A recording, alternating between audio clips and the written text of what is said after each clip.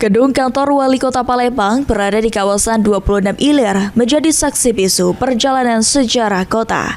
Dibangun sejak tahun 1929, gedung ini awalnya difungsikan sebagai balai kota, kemudian menjadi water torrent yang dikenal masyarakat dengan sebutan kantor ledeng.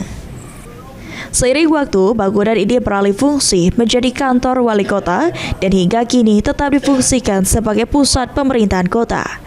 Kemas A.R. Panji, salah satu sejarawan, menjelaskan perubahan fungsi ini mencerminkan transformasi orientasi kota dari berbasis air menjadi daratan.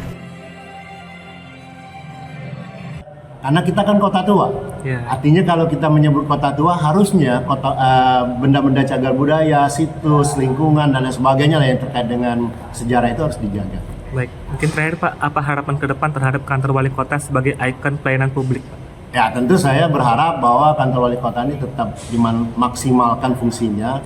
Oke, nggak masalah di kantor difungsikan sebagai kantor wali kota, tapi di bawah juga ada ruang office museum, itu juga bisa dimanfaatkan baik pada para pengunjung, pada pelajar, pada masyarakat yang ingin berkunjung. Mungkin bisa dibuka setiap hari Sabtu dan Minggu misalnya seperti itu.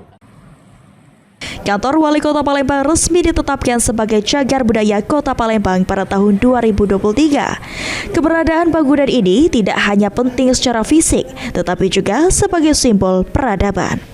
Gedung kantor Wali Kota Palembang bukan hanya pusat pemerintahan, namun juga warisan sejarah yang patut dijaga.